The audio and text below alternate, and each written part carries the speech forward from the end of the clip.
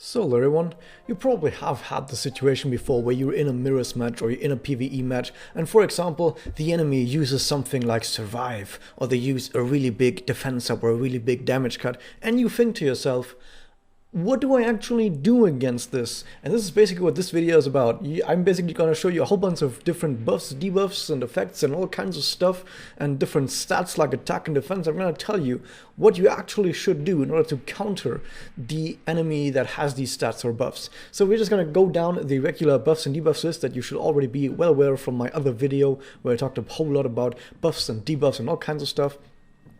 So of course, first we're gonna see that the very basic effect, the support effect here is to restore MP.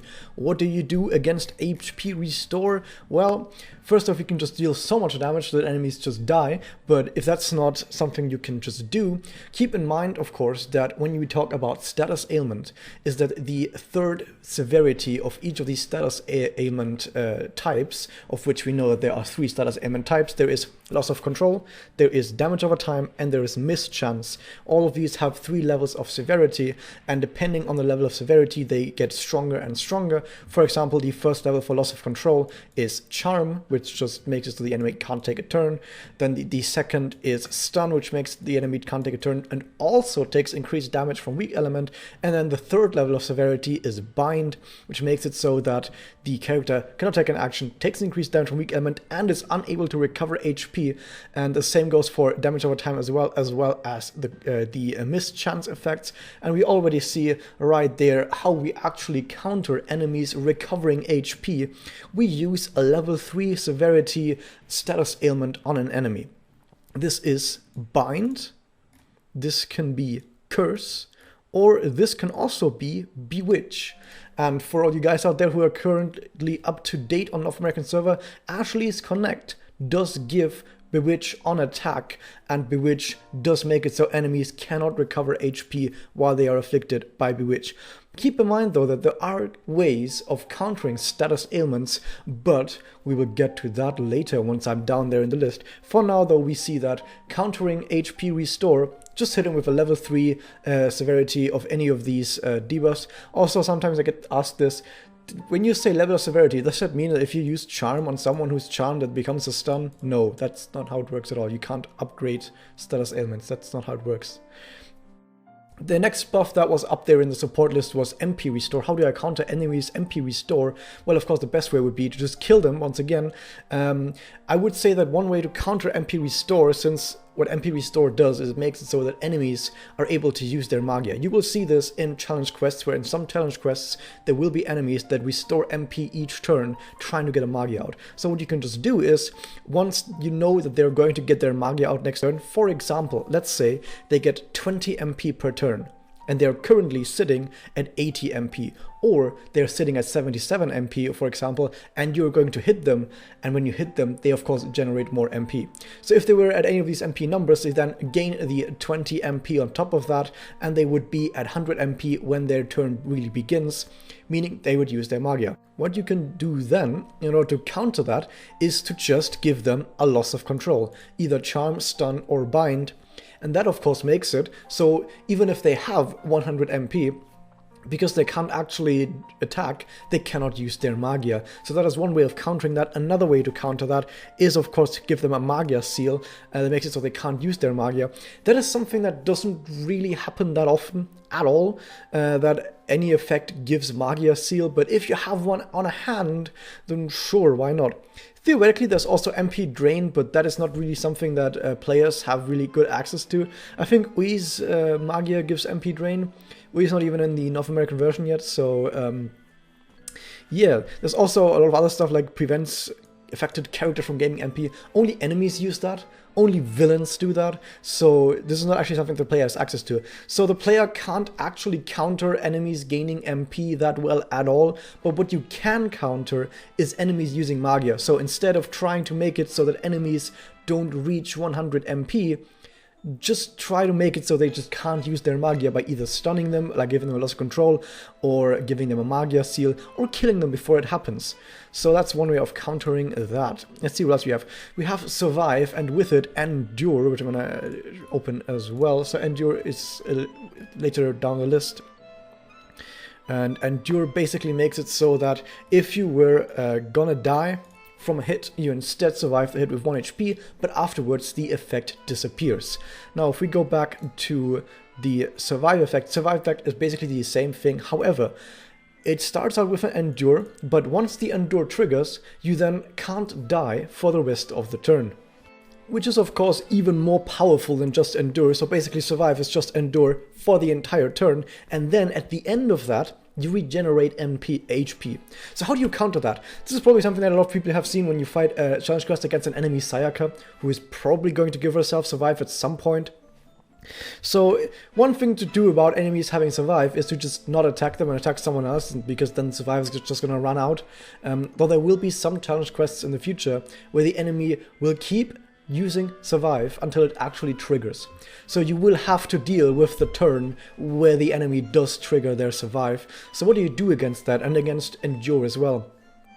One thing against Endure is to just, well, for one, hit the enemy multiple times so that your first attack makes it so the Endure gets triggered and the second attack kills them. But if you don't have the luxury of being able to do that, for example, you were to kill the enemy on the third hit and then Endure triggers and they don't die, one way to deal with that is to just give the enemy a damage over time effect, so either poison or burn or curse.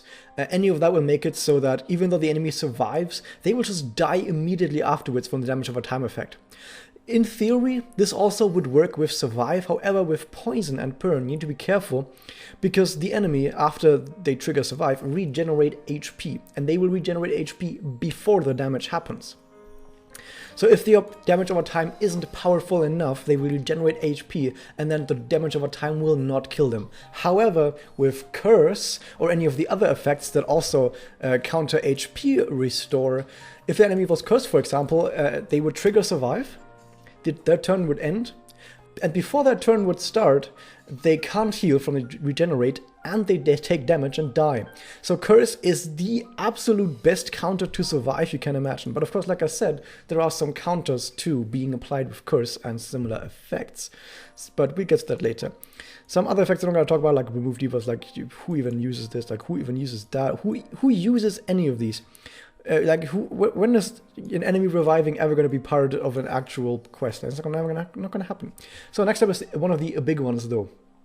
Attack up, or in general, let's say an enemy has a really high amount of just base attack, and something that we'll need to get into, something that also cross-references my damage calculation video, is that when we calculate damage, there are two steps of the damage calculation. One is you calculate the base damage. And then two, you calculate what is called the adjusted damage, but I also like to call it like the modifier damage. So the base damage is really just attack versus defense. That's all base damage is. Once a base damage is calculated, then on top of that, you apply a whole ton of modifiers. The important bit is that since attack versus defense gets modified first and then the modifiers come on top of that, that means that you want your base damage to be as high as possible. However, it also means that even if you have a really high base damage, if your modifiers are really bad, you can still end up dealing not a whole lot of damage. So how do we go on about this? We basically need to worry about the interplay between attack and defense, but we also need to worry about the interplay between all of the different modifiers that could potentially go into our damage calculation. So now though, what happens if an enemy does have really high attack? One thing that you can do is you could get a ton of defense, a whole ton of defense. Now, if you have seen the thumbnail for this video, I have shown that attack kind of beats defense, and the reason is why I wrote that is usually if you have on your team someone with maybe it's an attack-focused character who you maybe put like a plus 20% attack up on top of that, and then you attack into an enemy who is a defensive-focused character, and that defensive-focused character maybe even has like a plus 20% damage defense buff, so you're both on even playing ground. If you're both on even playing ground, the offensive character is still just going to wipe the floor with the defensive character pretty much every single time. and that's usually why I counter that. It's more effective in the interplay between attack and defense to stack attack instead of stacking defense. That said, if you're fighting against an enemy that doesn't have a whole lot of attack, then stacking defense is really fucking good. However, what we're trying to figure out right now is we're not worrying about enemies that have low attack right now. Right now we're worrying about an enemy that might give himself a really big attack buff, or just about an enemy that in general has a really high attack. If an enemy has extreme high amounts of attack, stacking defense is not going to be quite that effective, because we need so much defense to counter all of that we're just not going to get anywhere. However, we know that there are two parts of the damage calculation. First, the base damage, and then the modifier damage. So if we are having trouble countering the base damage because the attack is just too high, maybe we can counteract on the modifier damage.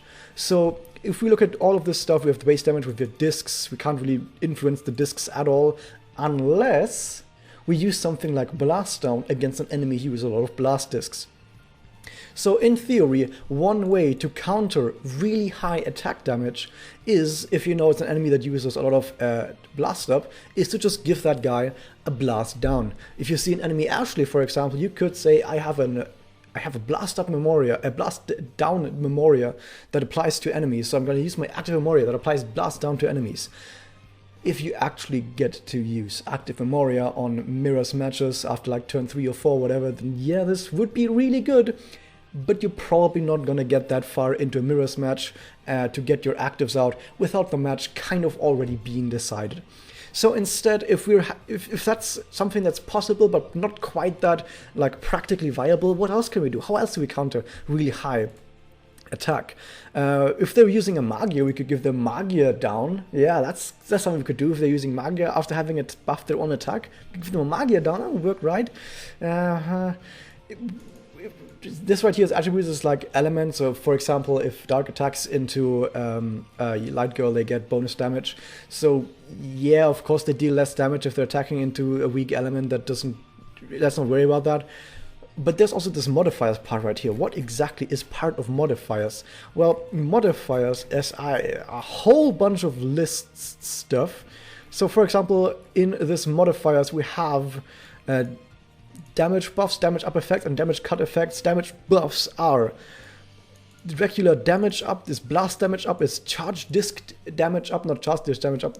That's not something that's on NA right now. This is something that's only on JP server. This right here is only for JP server. Don't worry about that. Then you also have damage up effect, or damage increased up, I think as it's called on NA. There's also the damage up increased on enemies that are inflicted with status ailments.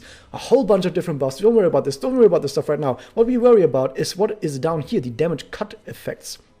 I already talked about blast down. They call it blast damage cut.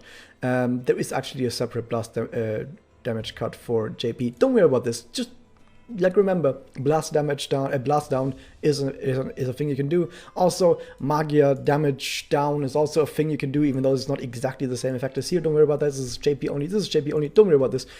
But what we do want to find from all of this is that, yeah, of course, damage cut.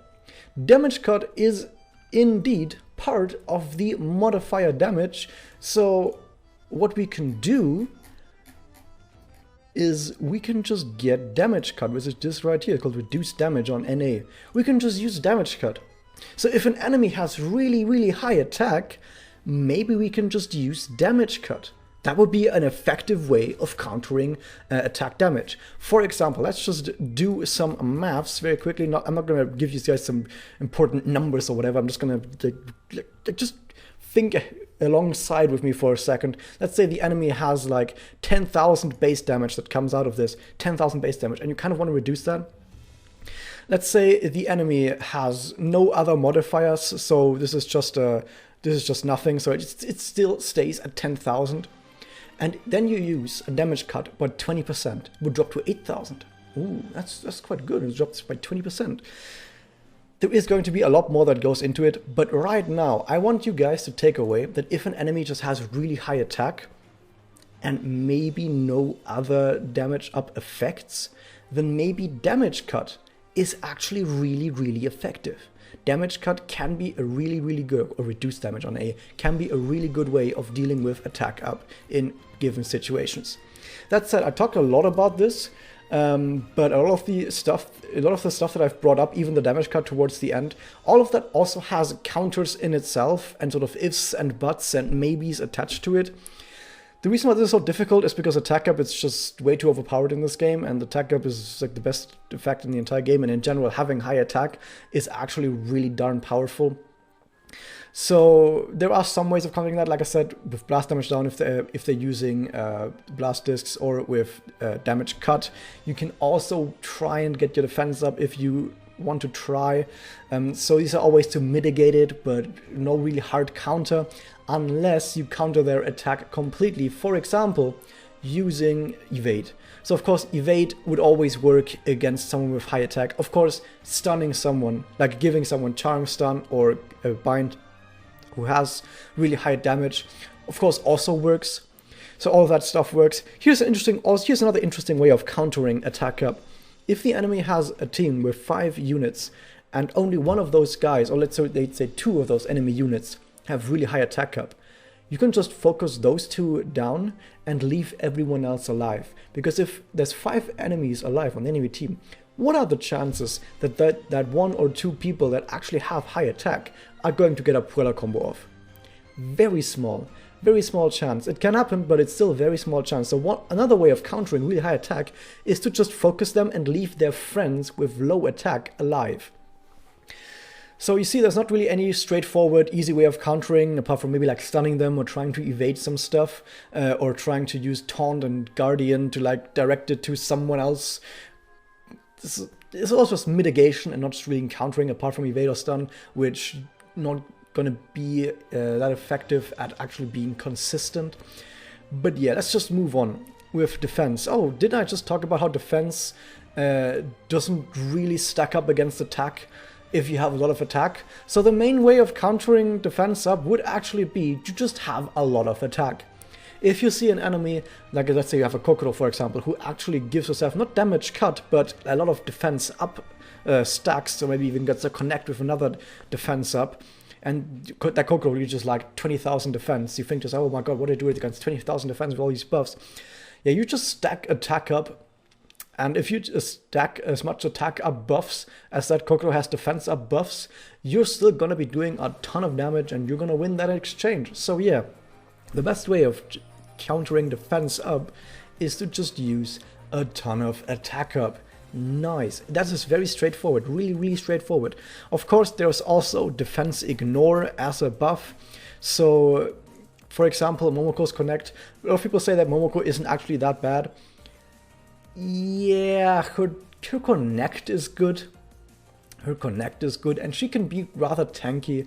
Her discs are terrible, but at least ignore defense on her Connect is really good. I'm not gonna deny that. Ignore defense is really good.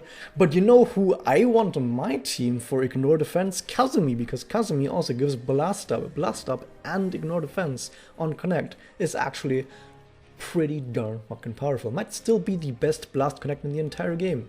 Probably. So yeah, anyway. One thing to note though is, I've mentioned this in a lot of other videos, but I need to keep reiterating it. In mirrors, enemy characters have a lot more defense than they will in PvE. In PvE, like the regular quests, where you fight against witches and minions and Uwasa and all that kind of stuff, enemy characters in PvE usually have maybe around 5,000 to 10,000 defense.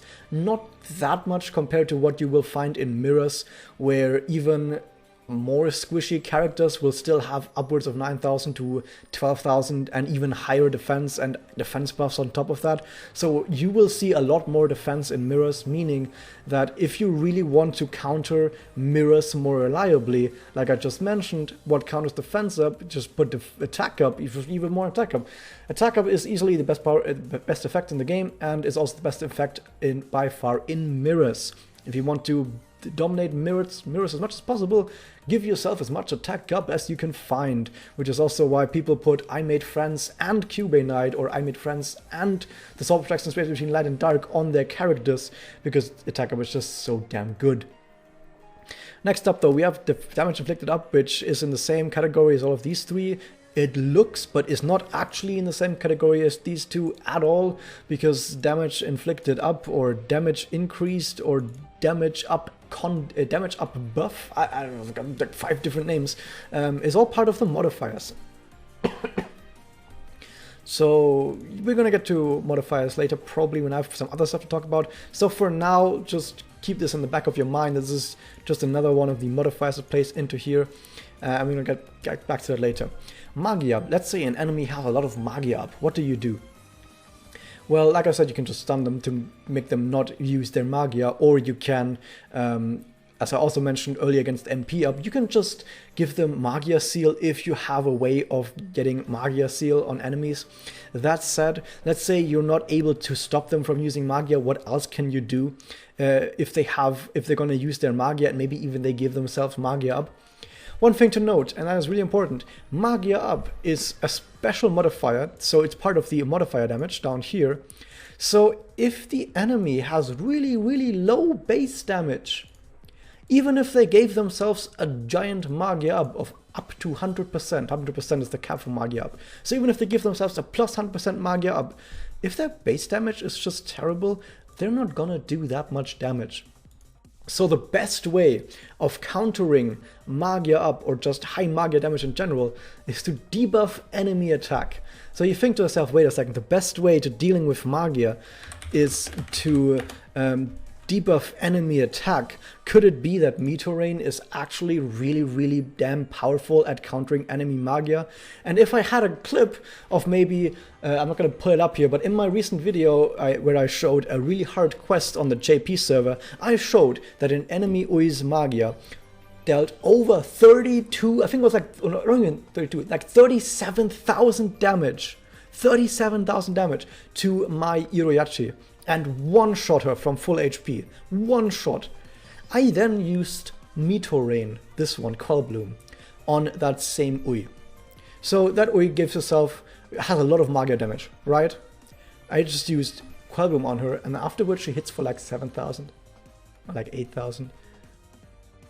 Maybe it was like 10,000, but like nothing. This debuffs the attack by 50%, and even though it's debuffed by 50%, the actual effective damage goes down by way more than 50%. This is a bit misleading, because you think to yourself, attack down 50%, that means I take half damage. You take less than half damage. You take less than half damage because you're gimping the base damage. And when you gimp the base damage, the modifiers become worse. Because the let's say, for example, you have a plus 100%, and someone were to deal, I can't really do the math in my head right now, but when you gimp base damage, modifiers just can't do that much anymore. And this is why Meteor Rain is so goddamn good. So yeah, how do you counter Magia? By debuffing enemy attack. Use Meteor Rain. Don't use, I mean, you can use a Magia down Memoria if you want to, but why would you use a Magia down Memoria specifically against Magia when Quell Bloom already completely destroys enemy Magias anyway? And it also gives them a defense down, and it also completely gimps their normal attacks as well. This is actually the best Memoria in the entire game. I really mean that. This is easily the best Memoria in the entire game. Next up, status ailment resistant up. What is the best way to deal with enemy status with ailment resistant up? Well, one way would be to just not use status ailments. And I need to also mention this once again with status ailments is that, of course, this is all additive and subtractive, meaning if, for example, you use an ability that has a 70% chance of inflicting curse, for example, if the enemy then has 40% resistance, it just does 70% minus 40% equals 30%, which also means that 30% ailment resistant basically gives you immunity to everything that only has like a 30% chance. So if you have a 30% chance to curse and the enemy has 30 or higher percentage ailment resistance, your chance of inflicting curse becomes 0. Of course, one way to counter this would be to give them status ailment resistance down. Wow. But the same thing, I mean, I can tell you this about every single buff. Yeah, I could have said this about attack up as well, is to just give them attack down. But I feel like it kind of explains itself. Every single buff that exists has a counterpart debuff. So of course, instead of thinking about outside the box and what else can you use, you can just debuff them with the respective debuff. If the enemy has attack up, you give them attack down. Yay. I don't feel like I need to specifically mention this, but yes, of course you can just do that if you have that on hand. I'm trying to think about other effects though, instead of just the same effect, just in the other way. But yeah, status ailment resistance. So one way would be to just say I'm just not going to use status ailments, or you give, like I said, status ailment resistance down. If you have, for example, an enemy Madokami on the enemy side, and you think to yourself, wait, the enemy Madokami gives ailment resistance to the entire team, I can just kill the Madokami first. No, you can't do that. If you kill an enemy ultimate Madokami, that buff still hangs around.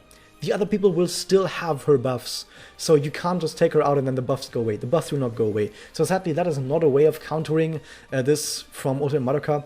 You kind of have to just deal with it. That's mostly just the thing with status ailment resistance. You kind of have to just deal with it.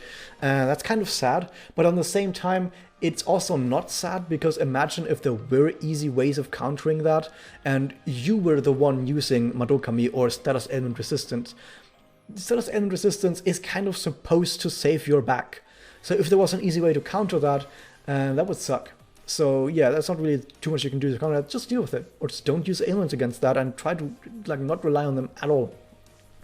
Then we have the disc effects up. How to counter someone who has a lot of XL MP up? Well, the same way you counter someone who tries to use Magia. Like stun them when they stun on the turn they get Magia, or give them Magia down, attack down, all kinds of stuff. In general, what I will say about a lot of effects in here that just make enemies do more damage in general, or try to reach more damage with something like Magia, attack down is always king.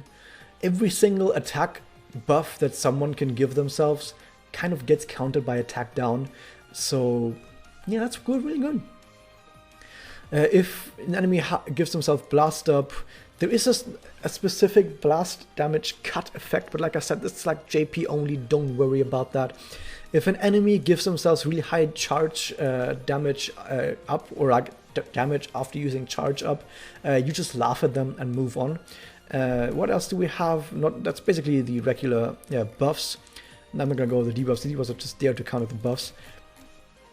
Now, status ailments. I talked earlier about there are ways to counter status ailments. Of course, one way of countering status ailments, like for example, you're on a really difficult PvE challenge quest, and an enemy just, like let's say it's a Rika, and Rika just smiles at your characters, and because your characters are so gay, and because Rika is so gay, your characters just get charmed. So what do you do against that? Well, of course, every status ailment gets countered by just having a lot of status ailment resistance. If you're going into a quest that has a lot of enemy status ailments, just take an Ultimate Madoka with you.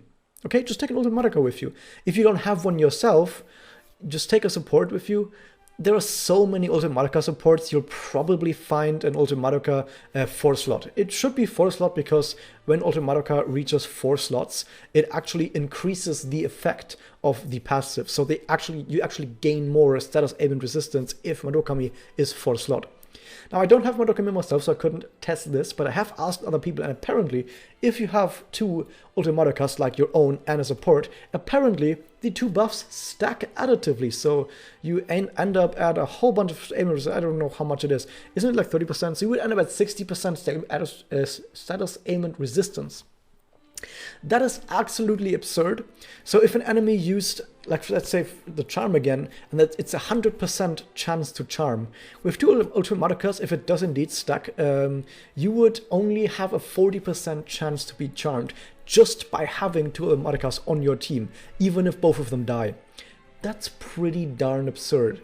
So this is the one way to completely nullify status ailments, is to just have so much resistance that the chance gets so low that it maybe even becomes 0, and then the enemy can't do anything anyway. Another way to counter all of these is, of course, there are special buffs that are available through specific memoria, like for example a negate stun. Now, I should also mention this, that if you are using the Magia Record fandom wiki, which is where this is on, this is if you go to the Magia Record fandom wiki and go to the page that says skills and status effects. On the skills and status effects page, you have this, and for example, let's say you are on a quest where you know the enemy uses charm, where you know there's that super gay Rika, you can just click on this negate charm, and it will tell you how you can get anti-charm. It will list all connects that give anti-charm, none. The spirit enhancement for JP, don't worry about JP right now. It tells you which Magia gives this effect, none. And it tells you which Memoria gives this effect. There's also, it gives you in color. Green color means that this is a personal Memoria. Only this specific person can use this. Broken Mirror, I think this is Salami. Yes, this is indeed Salami's personal memo. And then down here, blue is, I think, limited. So all the blue Memorias should be limited Memoria. For example, we can check here. Yes, obtainability is not unlimited, so this is a limited Memoria. And red means this is an unlimited Memoria. You can always get this Memoria in the gacha, including the friend point gacha. This is a pretty good Memoria, by the way. It's like I Made Friends Light, if you want that. Anyway, so this is how you can find sources of whatever you need. So this is one way of countering charm, is you just go on this website, click this, and then you just check if you maybe have this Memoria or a character who has this. That's pretty good. So yeah, this is how you counter basically any of these. You just have to look specifically for each individual effect. Like for example, curse is often used. You click on negate curse if you can find it, and you will find Bible. Right here is Bible 100%, and you will find a Bible light down here. So yeah, this is how you counter status ailments using this website. And of course, using Madokamis. Yay, this is the best way of countering these. Another way, theoretically, another way of countering these is to just have so many characters that not all of them are gonna get it. Like if you have 5 characters and the enemy Rika uses her charm, it's probably not gonna hit all of them. You're probably going to have at least like 1 or 2 people left, depending on what kind of charm it is. So yeah, that would be one way of using it. Keep in mind though that you kind of don't want this with mischance. If you have a lot of characters that have mischance, that sucks. It kind of goes both ways a bit. With stun or charm or bind or in general loss of control effects, having multiple characters can actually work in your favor. When your characters get stunned. So, for example, let's say you have 5 characters, and that charm comes out, and 5 of those, 4 of those, not 4, let's say 3 of those characters get hit with a charm. That means you have 2 characters on the field who are going to draw discs, and you're definitely going to get a Puella combo. Free Puella combo! Thank you, Rika. Very nice of you. Please do that again next turn. Yeah. Charm or stun or bind, and these in general can be countered by just having a lot of characters, and then it actually works in your favor if you do lose control over some of your characters because they're not going to draw discs. This is not like some other Memoria, like what a MOBA game others like Destiny Small Order or something. There's also something again called like that, I think, and in that game, I think if your characters get stunned, they still draw discs or cards, they call it, maybe. I don't know. It's some terrible game. But in here, those characters don't draw discs anymore, and you're looking really great. This also means that you should not use Charm, Stun, Bind against an enemy team when you can't hit all of them, unless there's like 1 or 2 who are like really, really dangerous. Like let's say you have an enemy team with like 2 tanks and a cool Homura. Yeah, maybe if that cool Homura is stunned, that would be really good, even if the enemy does get a Puella combo off. But apart from that, you kind of want to try and make it so all enemies lose control at once, so that you get a free turn. Or you use it in PvE. For example, if there's one boss, there's only one target to stun, so if that target gets stunned, it's a free turn for you, yay! So that would be a way of how enemies can get countered by these effects as well, which is pretty cool. So moving on, there's of course damage over time. One way to counter damage over time is with heals, but keep in mind of course that if you get cursed, you cannot heal anymore. So poison and burn could be countered with just having a ton of healing. But of course, with curse that doesn't work. So yeah, curse is actually pretty darn powerful. Another thing to worry about with damage over time effects is, of course, damage over time effects can only deal 10,000 damage per turn in total. So if someone was poisoned, poison blast, burned, and cursed, they would still only take 10,000 damage a turn in total. So you can't stack these at all.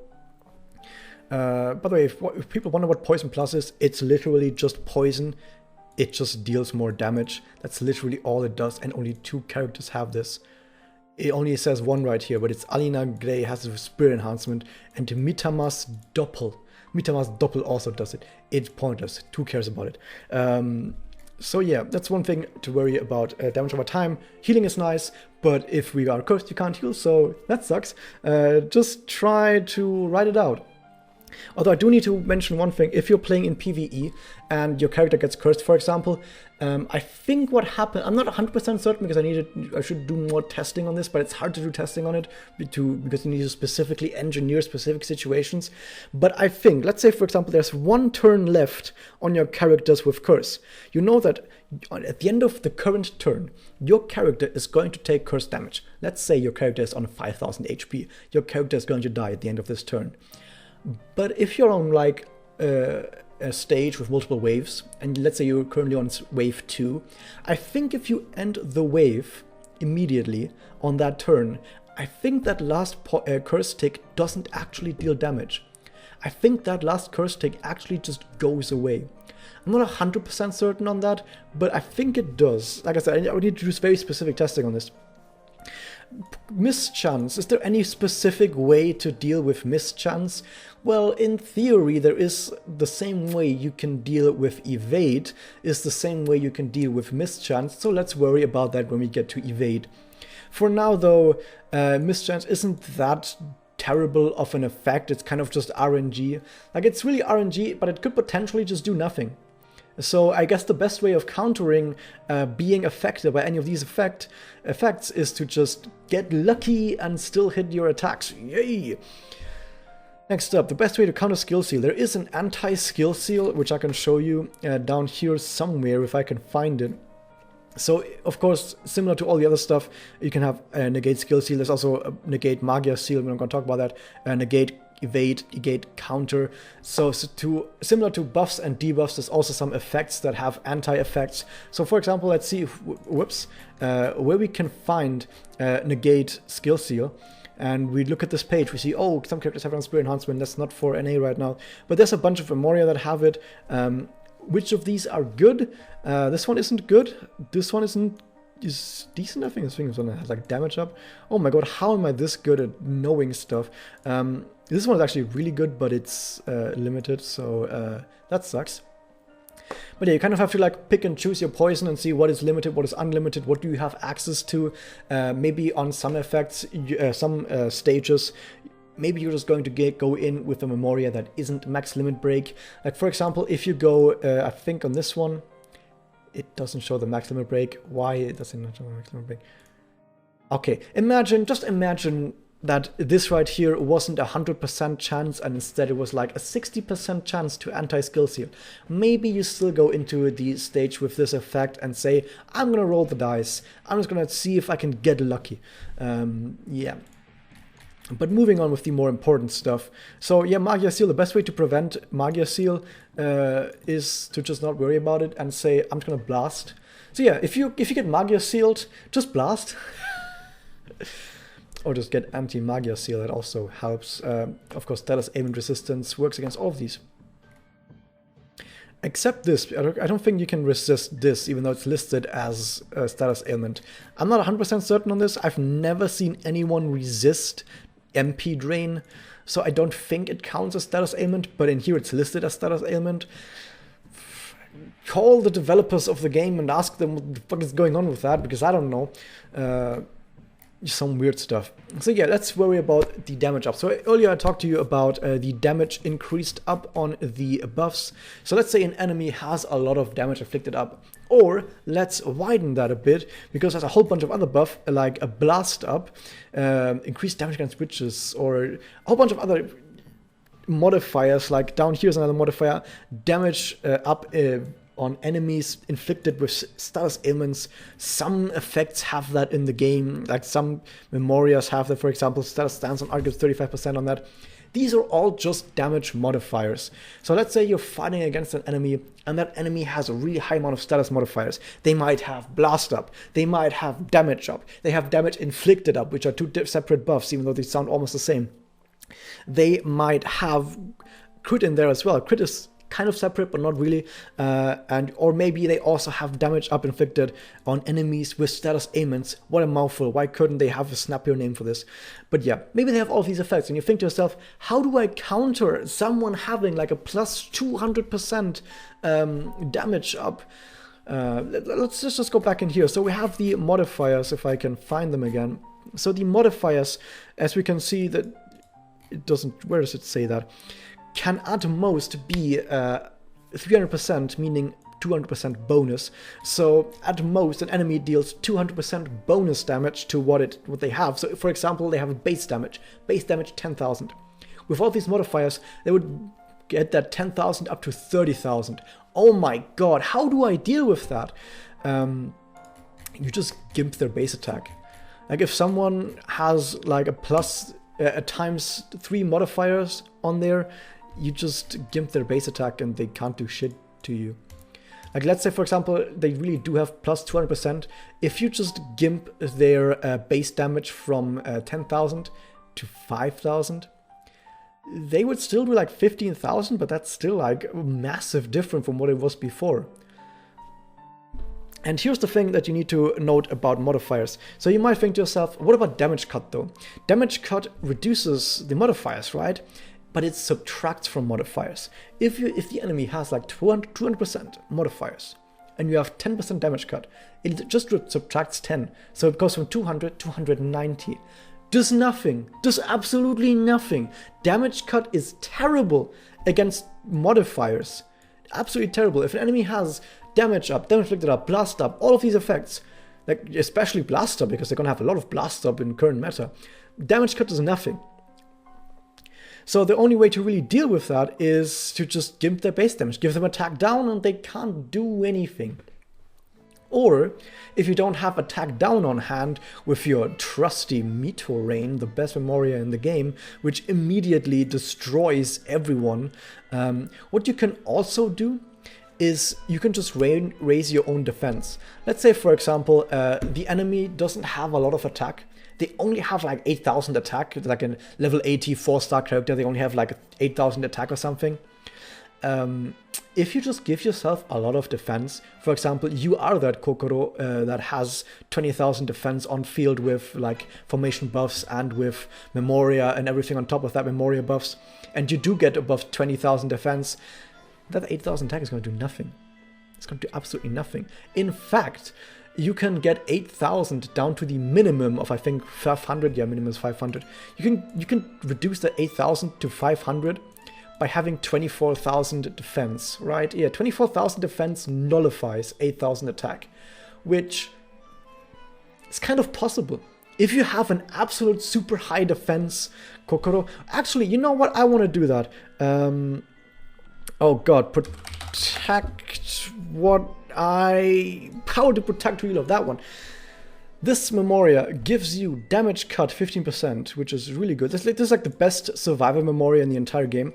This just gives 30% defense up. If you're in critical health, which I think is less than 35% health, if you're less than 35% health, another 40% on top of that.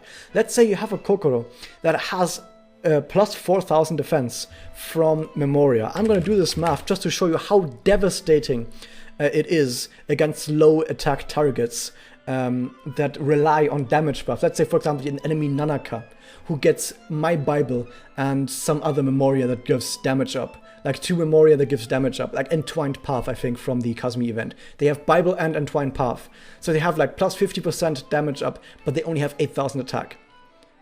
They're gonna get absolutely destroyed by high defense. Absolutely destroyed. So that Kokoro that I was talking about has 10,000 defense. Let's say from Memoria 14,000 defense. I'm gonna get my calculator. I don't know if you can see my calculator. It doesn't show on stream. It doesn't show on. It doesn't show. Whatever. So from the power to protect who you love, which is right before here, another 70% if you're at 35% or lower. So let me punch that in here. That's 14,000 times 1.7. 23,800 defense. 23,800 defense. Ooh, that 8,000 damage, 8,000 attack Nanaka that has plus 50% damage up is going to deal minimum base damage. It's going to do minimum base damage of 500.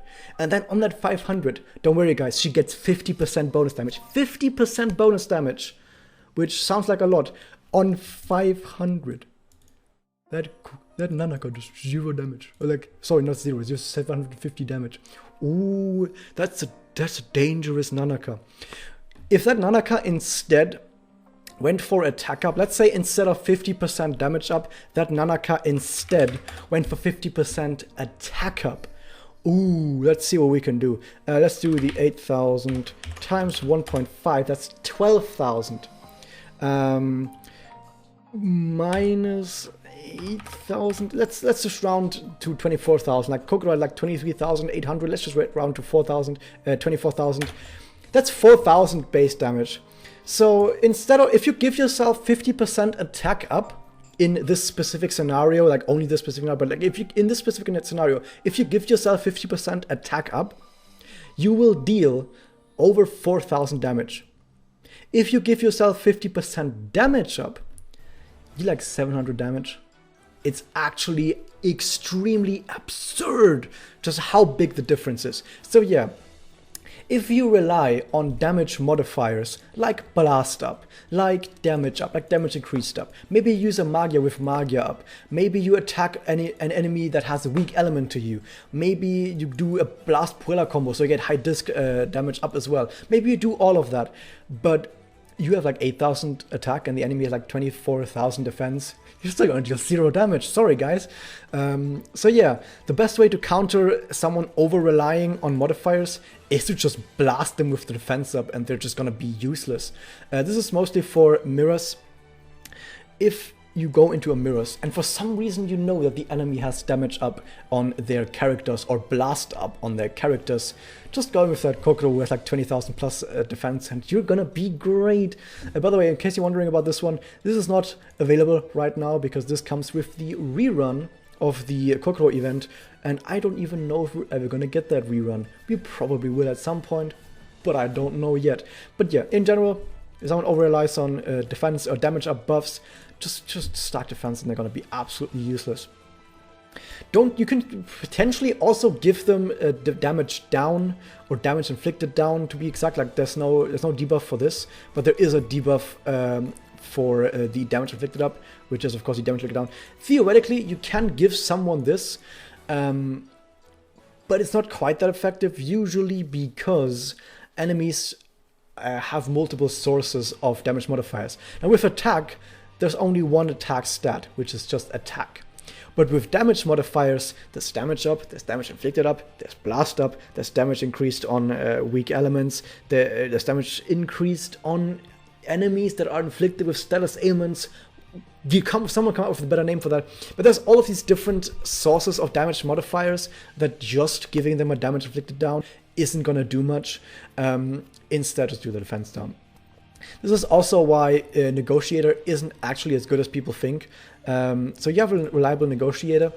And one thing to note though is, I didn't mention this for attack up, but I really should have mentioned this for attack up. You know, here's the next bit. I'm gonna throw in something for how to mitigate attack up or even counter attack up. If someone, I just told you, if someone over relies on damage modifiers, you can blast them with either attack down or your own defense up. This is the takeaway. Either their attack down or your defense up completely counters damage modifiers. But what if someone over relies on attack up? What if really what if you really have on the enemy team an Ashley with an I Made Friends, and they also have a sword on top of that, a sword which has some place between light and dark? What if they have that, and that Ashley hits for over 22,000 base damage on field, like with all formation buffs? Yeah, with formation buffs, with all these buffs, easily over 22,000 attack they're gonna have on field. But they only have attack. They have no modifiers. How do you counter someone who has only attack and no modifiers? In this specific situation, damage down will actually be really good.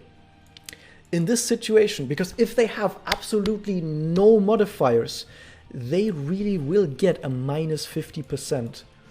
That Ashley might hit you for 22,000 base damage past your defense, but then you're going to reduce that by 50% and it gets down to 11%. That sounds really, really good. It's still better to give them attack down, because if you give them attack down, your defense is going to reduce the damage by a lot more. So attack down is still better. Attack down is still always better than this, but in this specific situation, damage down is also really fucking good.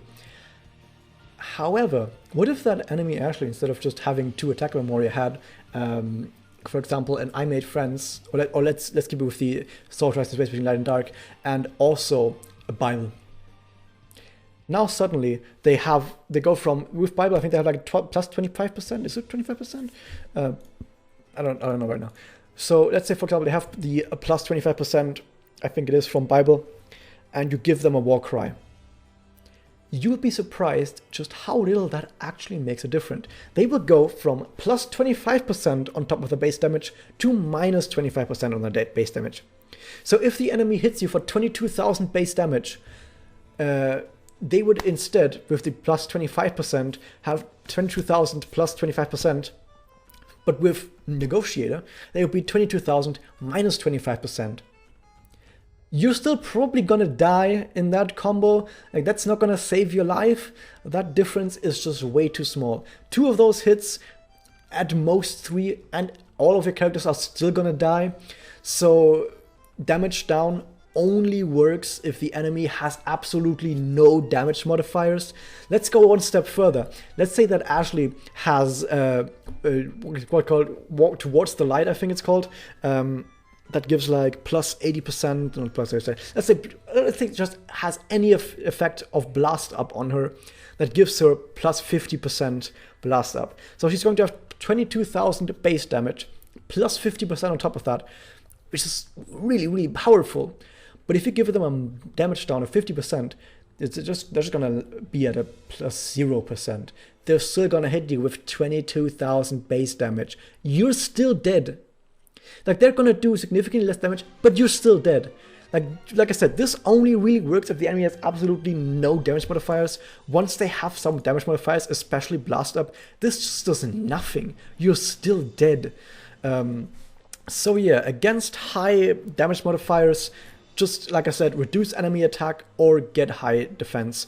I think I have a clip of this. I don't think I have it on hand, sorry. But I know there was a clip where I was in a mirrors match against an enemy Yachio. It was a level 100 5-star Yachio, 4-slot. I knew she was 4-slot because she had a ton of HP. And the only way to reach HP that high is to have 4 slots filled with really powerful Moria. But that Yachio hit my Ren for like 5,000 damage, and I'm like, what, how is that possible? And I think there was even a blast Puella combo. No, it was my Ren, it was my turret. She hit my turret, or dark, with like 4,000 or 5,000 blast damage on a blast Puella combo. And you think to yourself, how is it possible that a level 100 Yachio with 4 slots with pretty good Memoria to reach that high HP on a blast Puella combo only hits for 5,000 damage per hit? And you want to know why?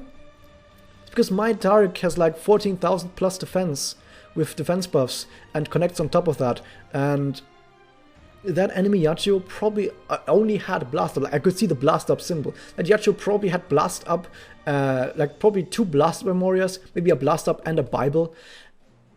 But the thing is, if you rely that much on modifiers, my turret reduced the base damage by so much just through defense that doesn't matter that she has plus 100% damage bonus. She already does 0 damage. 0 damage times 300% Still 0.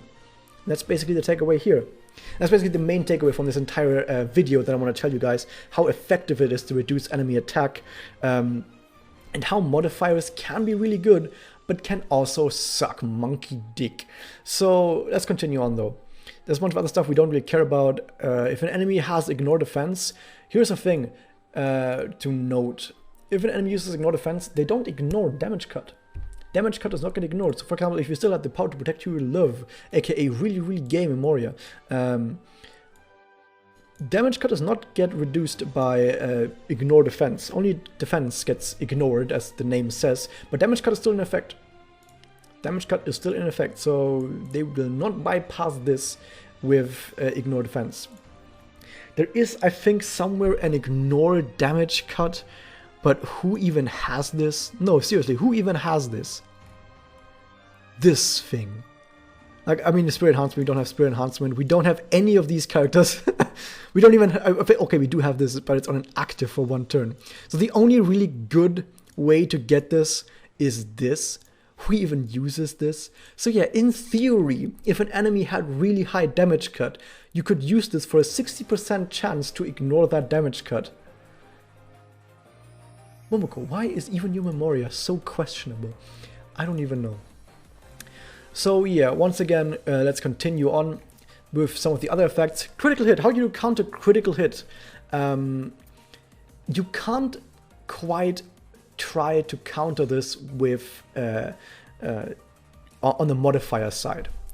You might think to yourself, okay, crit gives plus 100% damage modifiers. Let's just go the crazy maths. Let's say I have a minus 100% damage cut, or I have a damage down.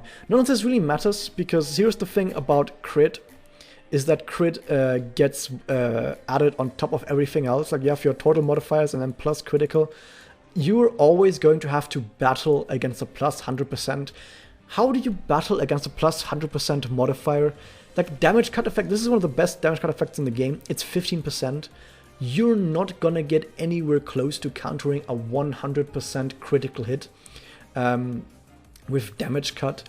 And damage down, like, Negotiator is one of the best of, ways to get damage down. Still only 50%, even with damage down, and like, even if you use Negotiator on an enemy, and then you also had this on your character for the damage cut, that crit is still going to do massive damage. Like, you're not going to be able to reduce the modifier. So if you can't reduce the modifier, what did we learn?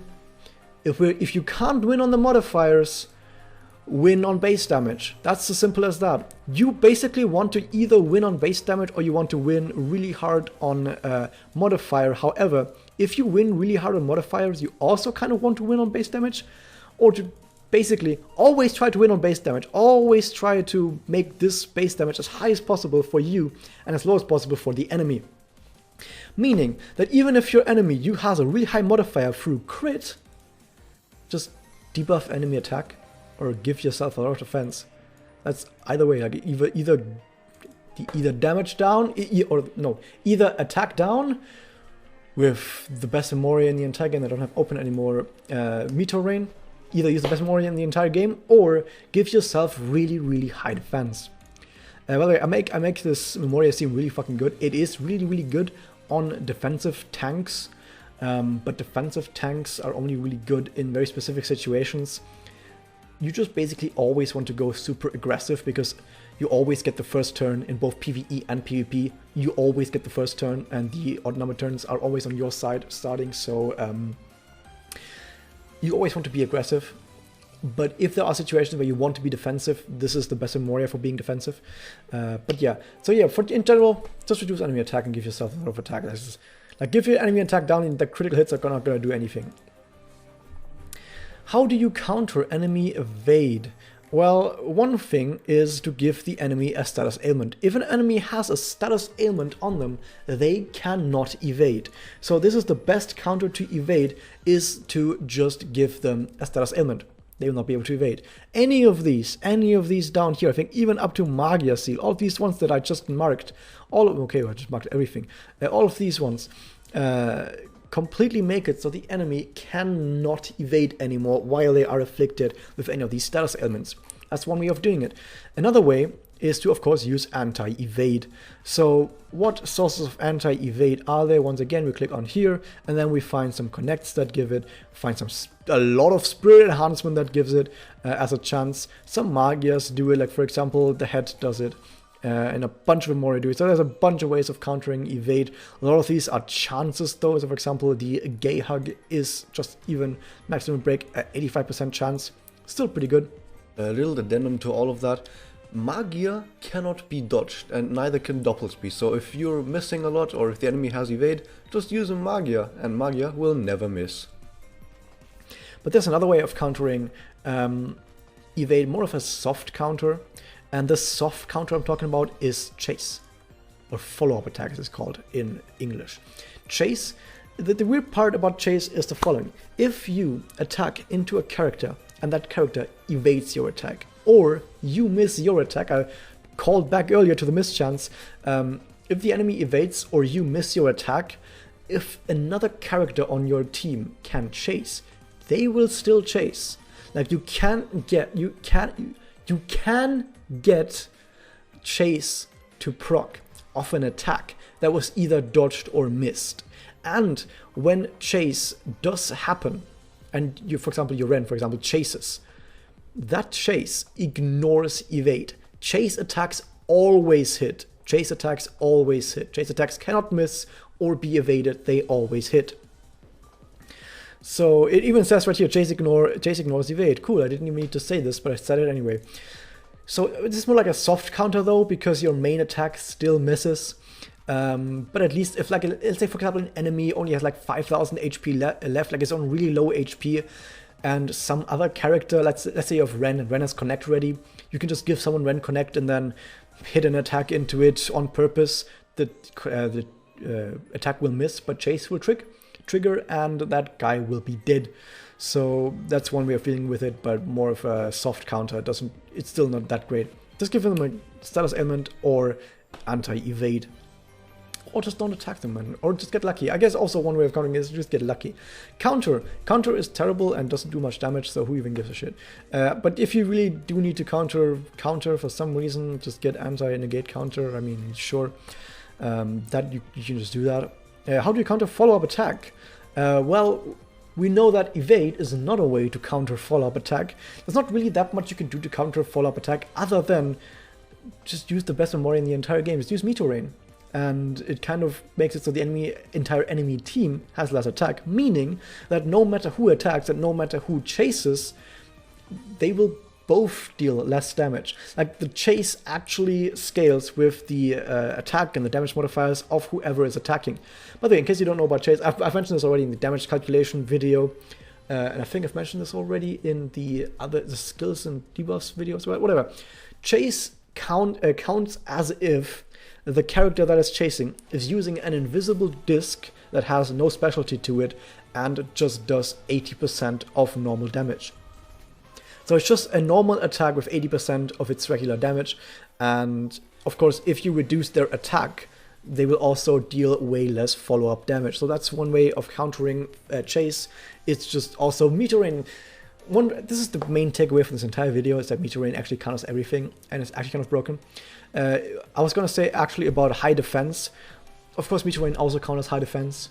Meteor Rain counters both high attack and high defense, and also counters damage cut, and it counters all modifiers. Every single way a character can improve their stats, be it attack up, defense up, damage cut, be it damage modifiers like blast up, damage up, any other effect, be it counter, be it follow-up attack, be it anything you can imagine. Any way your character can become better in a battle with a buff gets countered by Meteor Rain. It's almost like Meteor Rain really is the best memory in the entire game. Maybe I just call this entire video why Meteor Rain counters everything. But yeah, it does. So moving on though. We have damage up. This is never a thing, so don't worry about it. We already talked about endure earlier. Give them a damage over time effect, and they're gonna be completely destroyed. Also, I need to mention one really interesting bit about this is that chase also completely destroys endure. If your character attacks and the enemy is about to die from that attack, they will proc endure. They will survive the attack with 1 HP. Okay, they survived. but then chase triggers, and that chase attack will actually kill them. So yeah, that's one way of killing them, is to also just chase them, and that kills them through endure. How do you deal with someone who has taunt? I would have to throw very specific examples, but one way I can tell you guys about taunt and also about guardian later. So taunt and guardian are similar in this regard, in that, well, for example, actually there is a way of countering taunt that guardian doesn't have, which is negate. Where is it? You can ignore provoke. There's a way of ignoring provoke, and there's 2 magic girls that have an experience enhancement, which is only on JP, and 1 Memoria, which is also only on JP. You cannot do this on NA right now. On JP, you can use anti-provoke with this specific Memoria to ignore taunt. But aside from that, what way is there to dealing with taunt and guard? Here's the thing about taunt and guard, is it changes the main target who you are attacking. Guard will make it so that the main target, the one you have clicked on and used the disc on, that target with the enemy guarding will have a character jump in front of them and guard the attack for them. While with taunt, the entire attack will be moved to whatever tile, whatever circle the taunting enemy is standing on. The reason why that's important is with blast attacks. Let's say, for example, there's 3 enemies in a line vertically, okay? And then in front of that, on the very front of that, in the middle of everything, is in the middle line. I should have drawn this. Whatever. Let's say in the front is a character who has Guardian. And in the back line, let's say the top enemy is weak. The middle enemy is really strong, and the bottom enemy is also really strong. You might think to yourself, I'm going to use a vertical blast, okay? I'm going to use a vertical blast, and I want a vertical blast to kill the weak enemy. Let's recap. Top, really weak, middle and bottom are really strong. How do you select the right target so that the weak target will die if you know the enemy is going to guard? You do not actually want to target the weak enemy. You want to target either of the 2 strong enemies, because what's going to happen is, like I said, Guardian guards whoever you are directly targeting. So you use it, for example, you select the middle target as your target, and you use 3 vertical blasts. You use your first vertical blast. What's going to happen? That strong enemy is getting guarded by the other enemy in front, but that weak enemy on top is going to get hit by the blast and is gonna die. And that's the main way of countering taunt and guardian, is to use your blasts in such a way that even if you know that whoever you are targeting either gets guarded, or that your targeting reticule sort of gets moved to whoever is taunting, that your blasts still hit other characters. Of course, in some really difficult challenge quests, what they will do is they will make sure that the taunting or guarding enemies are not on the same rank or file as other enemies to make this more difficult, but it might still be possible in some ways. So the best way to counter taunt or guard is to just have blasts that still hit other characters even when they're taunting or guarding. Next up, how do you counter HP regen and MP regen? Basically the same way you counter HP restore and MP restore that I said at the beginning of this video. Also, you can just kill them. Skill search, no one uses this, so you can't really counter this anyway. MP gain up weak, no one uses this. No one uses that either, or can't really be countered anyway. And the rest is just counters to other counters. And that's basically the entire list. So, what have we learned? Meteor Rain is the most important memory in the entire game, and you should definitely get it because it counters everything. Yay! That was that. I think that was about it. There's a whole bunch of stuff on here that we don't really care about at all. Oh, look at some unused effects. Maybe I'll make a video about what these unused effects used to be at some point, but maybe not at that point. That was that. Hope you guys enjoyed this. If you have any questions whatsoever, post them in the comments and I will get back to you. That was that. For more Magia Record content, I hope to see you guys soon, especially once you hit that subscribe button. And I'll see you guys next time.